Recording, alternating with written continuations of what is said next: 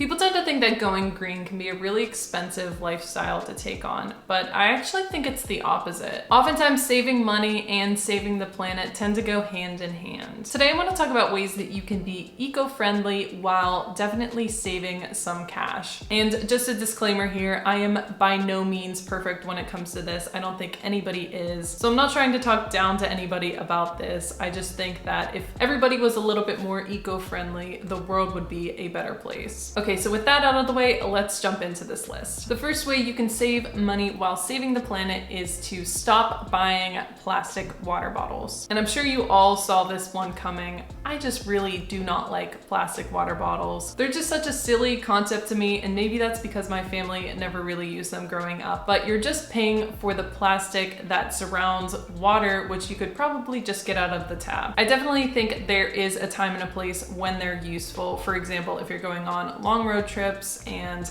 you need a lot of water, or you're going someplace where drinking water isn't safe. But for the most part, if you're grabbing a plastic water bottle every time you need a sip of water, you could probably step it up. And this is going to save you money, right? If you invest in a reusable water bottle, then you can just fill this up every time instead of having to pay for the individual plastic water bottles. And if you have a particular taste for the cold, fresh water straight out of the fridge, then maybe get a water filter. That's what I use to fill my reusable water bottle, and I've had no complaints so far. And this leads me into my next point, which is to just purchase reusable things whenever you can. Now, obviously, don't go out and purchase a bunch of things just because they're labeled as being eco-friendly. But if it's reasonable for you, there are usually plenty of swaps that you can make to reusable products in your everyday life. And that usually comes with a jump in quality as well. Maybe use rags instead of paper towels, or switch to those metal straws instead of buying plastic ones. This usually comes with a steeper cost up front because you have to purchase that reusable item. But from then on, you probably don't have to keep repurchasing those things that are going to the landfill anyway. So this is definitely one that helps your wallet as well as the environment. The next tip I have is to bike and walk to places instead of driving. This one is pretty simple, so I won't talk too much about it, but it's pretty obvious.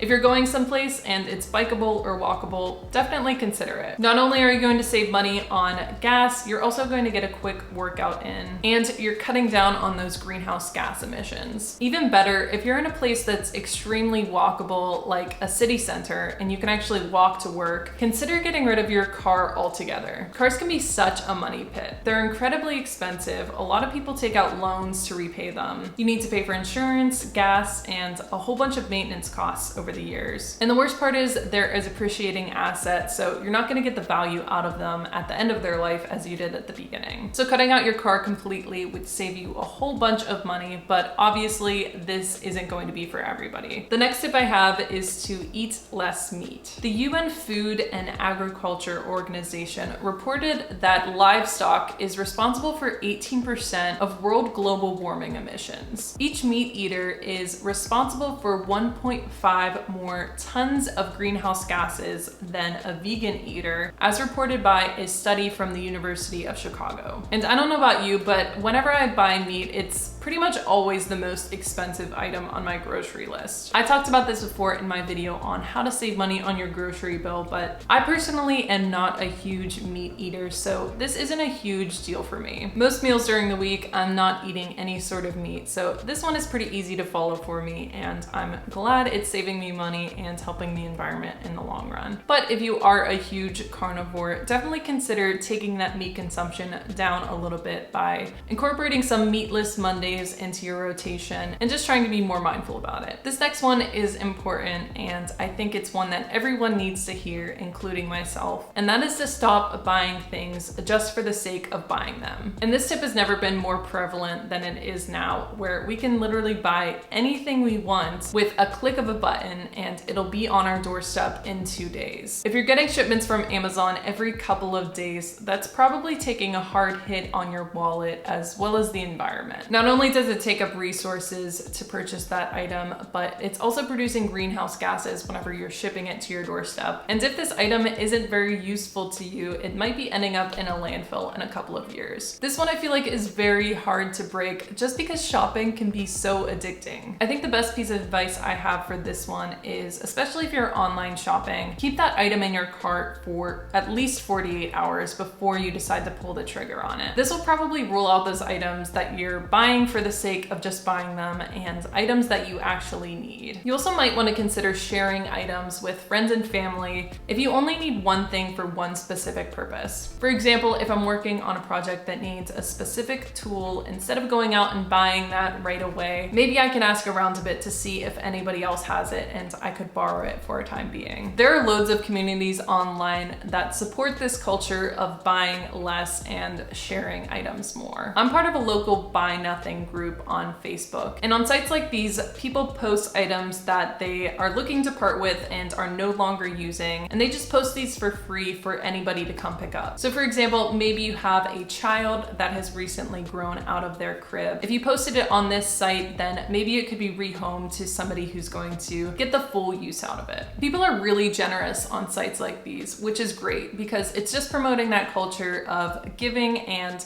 taking things whenever you really need them. These groups are great because, like the name Buy Nothing applies, you're not going to be spending any money, which is an A+ for your wallet, and you're going to be finding some local gems hidden in the neighborhood that people aren't using anymore. And this is way better than these items going to waste. This leads me into my next point, which is buying secondhand. You can buy so many items secondhand nowadays, especially with platforms like Facebook Marketplace. I've used all the main platforms to purchase things secondhand, like Facebook Marketplace, eBay, and Craigslist. And a lot of times these items are as good as new and almost half the cost. I remember a while back I was looking for a specific IKEA dresser. I think it's called the Hemnes dresser. And so I actually set a keyword notification on Craigslist for this specific dresser. And within a week, I got a notification that one of these was posted. And so I hurried up and messaged the seller and was able to pick up the dresser pretty much the next day. Even better, this dresser was hardly used, and I think they knocked off around $100 off the original price. Plus it was already assembled, which was a huge plus. And not only would I recommend to buy secondhand, but I'd also recommend to sell things secondhand. I know it's tempting whenever you're decluttering to just dump off huge bags at a local Goodwill and call it a day, but whenever you actually sell these items, you're putting money back into your wallet, and you're also rehoming them to a place that will probably use them more. If you're just dropping these items off at Goodwill, their value is automatically decreasing. But if you're reselling them to an individual, you're automatically retaining some of that value. Plus, I've heard that Goodwill actually gets rid of a lot of stuff that's donated there, which makes sense because you can't resell everything. So I definitely recommend sifting through your items next time you've gone through a huge declutter to see if anything could be resold on Facebook Marketplace or a similar platform. I've had huge luck selling things on Facebook Marketplace. I've actually pretty much stopped selling things on eBay and just focused on Facebook Marketplace because it's so much easier, especially because you don't have to deal with shipping. And everything is in cash, which is a huge plus. Along the same vein, my next tip is to reuse or repurpose items. I think I mentioned this in a previous video, but my family was always going out and seeing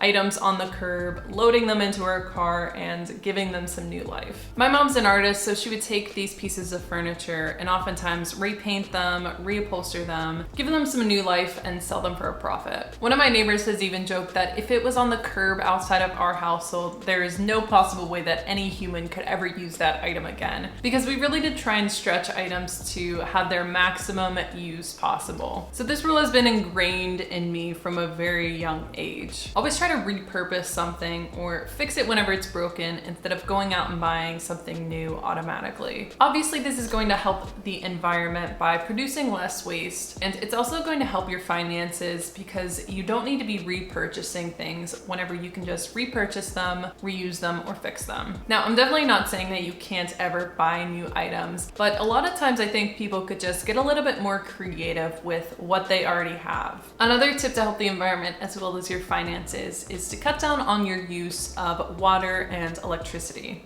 In terms of electronics, if you unplug them whenever they're not in use, you're not going to be charged for that energy that they're sucking up all day. And I don't know if this was a rule in everybody's household, but I know for our household, we absolutely were not allowed to leave the house whenever there was a light on. I don't even think we were allowed to leave a room if there was a light left on. So I definitely had it ingrained in me at a very young age to cut down on that electricity bill as much as possible and This in turn helps the environment, which is great. To cut your water usage, just try and be mindful about things like letting the water run whenever you're brushing your teeth or whenever you're in between washing dishes. And another tip to cut down on your energy bill is to wash your clothes in cold water. It will probably get them just as clean, and it's going to save you money because you're not paying to heat the water that's going to be washing your clothes. So that's all I have for you today. Those are a couple different ways that you can save money while saving the planet. I really hope it didn't feel like I was lecturing you all. I am by no means a perfect person whenever it comes to this. I'm not even close to that. But I don't think the world needs just a handful of people doing things perfectly. I think what it really needs is a whole bunch of people